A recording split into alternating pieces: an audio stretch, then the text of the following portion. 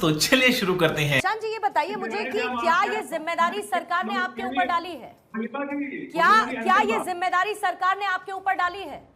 क्या सरकार ने किसी जिम्मेदारी से खुद को दूर रखा है? क्या ऑपरेशन सिंदूर, जिसको पूरा स्ट्रैटेजाइज किया गया, प्रशांत जी सुनिए ना, पाकिस्तान को डिप्लोमेटिकली घुटनों पर लाने की जो कवायद की गई, वो कौन लेकर आया? कूटनीतिक माध्यम से पाकिस्तान को जवाब देने की कोशिश किसने की? आप भी यही चाहते थे ना कि पाकिस्तान को जवाब दिया जाए। आपको प्रधानमंत्री के मधुबनी जाने से ज्यादा समस्या है, ये बताइए सर। शुरुआत ऋषभ तिवारी आप ही के साथ करना चाहूंगी। क्या आपको लगता है कि अभी तक जहां पर केंद्र सरकार साथ ही कांग्रेस को साथ में लेकर देश को एकजुट दिखाने की आप लोग बात कर रहे थे, ये पोस्टर वॉर जैसी राजनीति में आकर उस एकता में फूट डालने का काम अब बीजेपी उतना ही कर रही है जितना पहले कांग्रेस कर रही थी, जिस पर आप सवाल उठा रहे थे? इतिहास के गद्दारों को पोस्टर में शामिल करने की जरूरत बीजेपी को क्यों पड़ी, और क्या यही राजनीतिक गहराई हम आने वाली पीढ़ियों के लिए छोड़ना चाहते हैं? पूर्णिमा जी, सबसे पहले धन्यवाद चर्चा में आमंत्रित करने के लिए। विषय पोस्टर का नहीं है, विषय पूर्णिमा जी है नियत और नीति और नेतृत्व का। लंबे समय से, लंबे दशक तक कांग्रेस पार्टी ने इस देश में शासन किया, इससे हम मुकर नहीं सकते। लेकिन भारत के इंटरनल सिक्योरिटी से लेकर भारत की कूटनीति पे किस तरह समझौता किया गया, ये जग जाहिर है। आज पवन खेड़ा जी निकलकर पोस्टर की बात में तकलीफ अपना जाहिर कर रहे हैं। सवाल उन पे क्यों नहीं खड़ा होगा? जब पूरा देश एक साथ अपनी सेना की वीरता पे तिरंगा यात्रा निकाल रहा है, तो उसी समय वो कांग्रेस संविधान बचाओ यात्रा निकाल रही है। इस देश के अंदर इस तरह का यात्रा अभी निकालने की आवश्यकता थी क्या? दूसरा, एक भी कांग्रेसी निकलकर ये नहीं आके कहा, कहने का कहते हैं नहीं हम प्रधानमंत्री जी के साथ खड़े हैं, और इनके ही नेता उधर खड़े होके कहते हैं कि पाकिस्तान जो है दुश्मन होगा भाजपा का, हमारा नहीं है। ये इनके मंत्री हैं जो कहे थे कर्नाटक के, और सर तन से जुदा का पोस्टर डाला उस वक्त जब ऑपरेशन सिंदूर चरम सीमा पर चल रहा था। उस समय भारत को कमजोर करने का काम कांग्रेसियों ने किया। और सवाल इसलिए खड़ा होता है कि जब सेना खड़ा होकर प्रूफ देती है और सेना जब अपनी वीरता को बताती है, तो उस पर सवाल राहुल गांधी जी वही खड़ा करते हैं जो पाकिस्तान खड़ा करता है। तो ऐसी शॉर्टकट, ऐसा आइडियोलॉजी कोई कोइंसिडेंस नहीं है, संयोग नहीं है, ये प्रयोग है पूर्णिमा जी। और मैं ये इसलिए कहूंगा क्योंकि 60 साल जो पार्टी राज की, जो ये कहती है कि हम तो नए नए आजादी से निकले थे, संसाधन कम था, तो भैया जब संसाधन कम था, नेहरू जी के लिए सूट के लिए पैसे थे, लेकिन हमारे सैनिकों के बूट के लिए पैसे नहीं थे इनके पास 1962 की लड़ाई में। तो हर समय देखा गया है कि अपनी सत्ता को मजबूत रखने के लिए भारत के डिफेंस को कमजोर किया गया था इतिहास में। ये हम नहीं कहते पूर्णिमा जी, हम तो राजनीतिक पर्सन है, हम पे तो आरोप भी लगा दीजिए कि हम ये ऐसा करते होंगे राजनीतिक फायदा के लिए। ये पूर्व सैनिक का कहना है, ये पूर्व रक्षा विशेषज्ञ का कहना है कि आज जो वो खुला मैदान पाते हैं सरकार के द्वारा, काश पहले मिला होता तो इतना मजबूत दुश्मन देश नहीं दिख रहा होता। जो आज कमजोर हुआ है, हमने कमजोर किया है उसे, लेकिन जो इनके नजर में बहुत महिमा मंडल ये करते हैं ना, ये इनका पाकिस्तान प्रेम दर्शाता है। रैकवार साहब, आप जवाब देना चाह रहे थे, लेकिन साथ ही ये भी बताइए कि सियासत में आलोचना बहुत जरूरी होती है और विपक्ष में होने के नाते आप वो आलोचना करिए, आपको पूरा अधिकार है, और सियासत भी करिए, उसमें कोई दिक्कत नहीं है।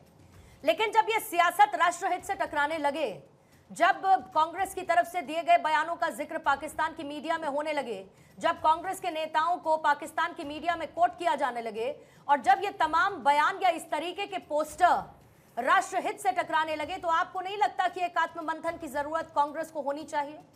क्या इससे बचा जा सकता था? क्या विदेश नीति को राजनीति के केंद्र से बाहर रखा जा सकता था? धन्यवाद पूर्णिमा जी, और सभी पैनलिस्टों को मेरा प्रणाम, और आज देश मंगल की सबको शुभकामनाएं। तो आपको सवालों को थोड़ा सा जवाब देता हूँ। 22 अप्रैल को पहलगाम में घटना घटी, 26 लोगों की नृशंस हत्या हुई। देश में सरकार किसकी है? भारतीय जनता पार्टी की। हमारी सशस्त्र सेनाओं ने 7 मई को उनका जवाब दिया। सीज फायर की घोषणा कौन करता है? डोनाल्ड ट्रंप, अमेरिका के राष्ट्रपति। अब वही ट्रंप, नमस्ते ट्रंप में जिनका ये स्वागत कर रहे थे, वही ट्रंप जिनका हाउडी ट्रंप में ह्यूस्टन में स्वागत कर रहे थे, वही ट्रंप जिनके लिए भारत से चुने हुए प्रधानमंत्री वोट मांग रहे थे, वो आके सीज फायर करता है और बोलता है पाकिस्तान और हिंदुस्तान दोनों बराबर की शक्तियां हैं।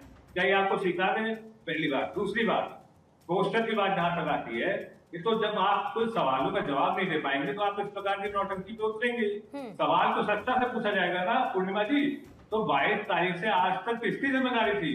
पहलगाम में एक घटना हुई, इंटेलिजेंस इनपुट था, 19 तारीख को प्रधानमंत्री का कार्यक्रम टला, तो क्या गृह मंत्री या रक्षा मंत्री या किसी भी रक्षा अधिकारी का कोई जवाब नहीं है? सरकार की कोई जवाब नहीं है? 22 तारीख को प्रधानमंत्री जी उतरते हैं सऊदी अरब से और सीधे मधुबनी चले जाते हैं।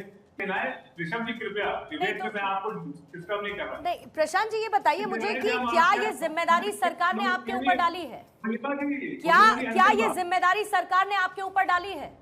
क्या सरकार ने किसी जिम्मेदारी से खुद को दूर रखा है? क्या ऑपरेशन सिंदूर जिसको पूरा स्ट्रैटेजाइज किया गया, प्रशांत जी सुनिए ना, पाकिस्तान को डिप्लोमेटिकली घुटनों पर लाने की जो कवायद की गई वो कौन लेकर आया?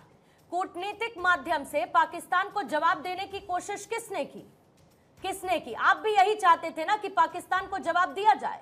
आपको प्रधानमंत्री के मधुबनी जाने से ज्यादा समस्या है, ये बताइए सर।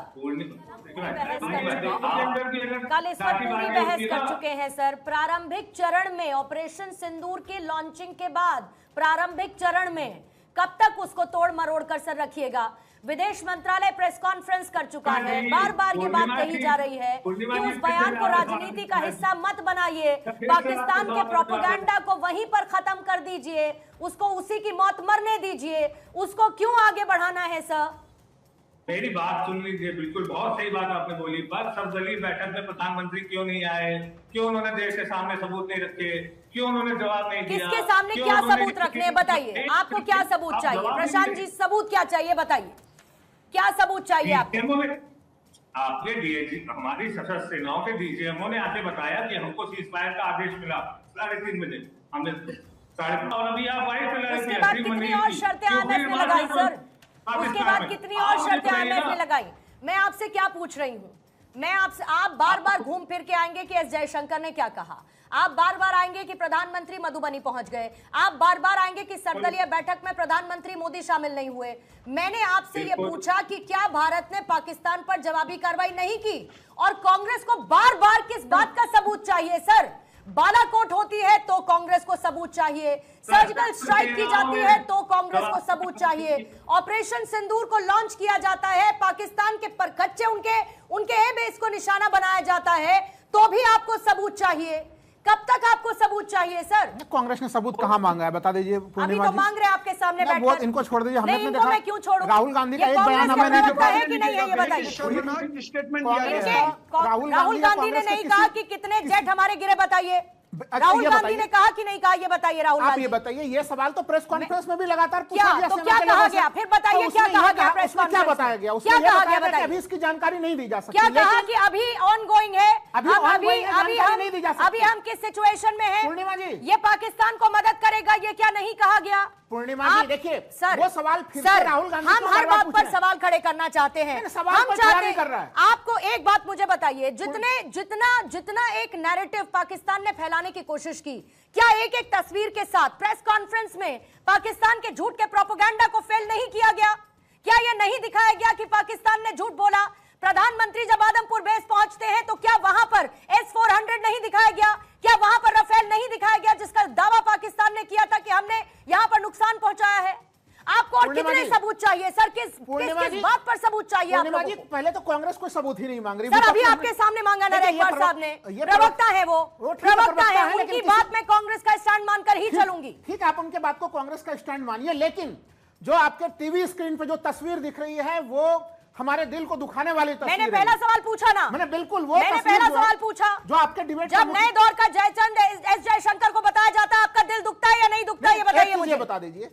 हम लोग संसदीय लोकतंत्र में हैं यहाँ पे पूर्णिमा जी, तो क्या करें?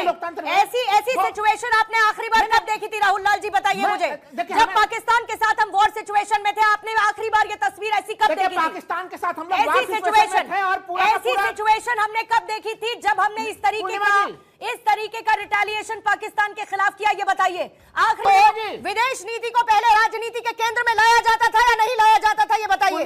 नहीं लाया जाता था। एक सेकंड, आज विदेश मंत्री के बयान को गलत तरीके से पेश करते हैं और आपको लगता है हम एक नैरेटिव सेट कर देंगे, और ये कोई भी करे, मैं कहती हूँ ये बीजेपी करे तो